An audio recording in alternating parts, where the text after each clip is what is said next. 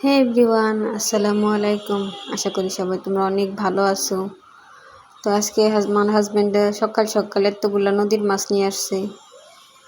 এই মাছের নাম মানিকগঞ্জে বাতাসির নাম বলে ডাকি। আপনাদের কোথায় কি নামে ডাকি অবশ্যই কমেন্ট করে জানাবেন। ছোট মাছগুলো কাটতে অনেক সময় লাগবে, তাই আমি কাটতে বসে গেলাম। দুপুরে আজকে এগুলোই রান্না করব ভাবছি। মাছগুলো দেখতে ছোট হলেও পেট ভর্তি তেল ছিল, নিশ্চয়ই রান্না করলে অনেক মজা হবে। বাতাসি মাছ খেতে কিন্তু দারুণ লাগে। কার কেমন লাগে অবশ্যই জানাবেন আপনারা। যতটা তাড়াতাড়ি সম্ভব কাটাকাটি করার চেষ্টা করছি। আমার দুইটা ছোট ছোট বাচ্চা আছে, যেহেতু শুধু সুযোগ বুঝে কাজ করতে হয়। যাদের বাসায় ছোট ছোট বাচ্চা আছে তারাই জানে মূলত সুযোগ খোঁজা কাকে বলে। শুধু সুযোগ খোঁজার অপেক্ষায় থাকতে হয়, সুযোগ পেলেই কাজে লাগতে হয়। ঝটপট মাছগুলো কেটে নিব।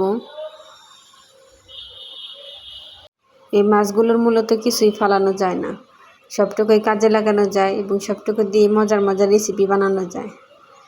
অবশ্যই আপনাদের আমি এই মাছের মাথা দিয়ে কিভাবে মজার ভর্তা বানানো যায় আমি আপনাদের দেখাবো। এই মাছের মাথায় ভর্তা একবার যে খেয়েছে সে বারবার চাইবে। আমার শাশুড়ির কাছে থেকে শেখা এই মাছের মাথা দিয়ে ভর্তা বানানো।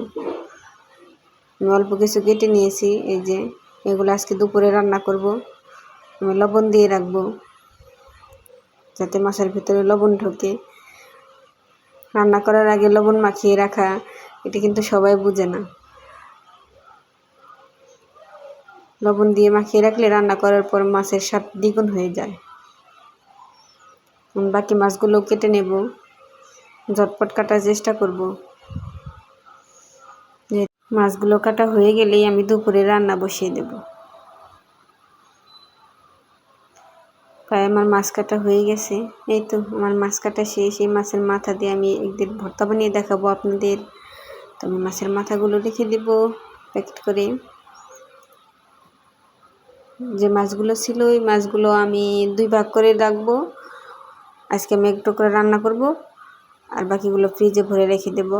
তো এই ছিল আজকে মাছ কাটাকাটি।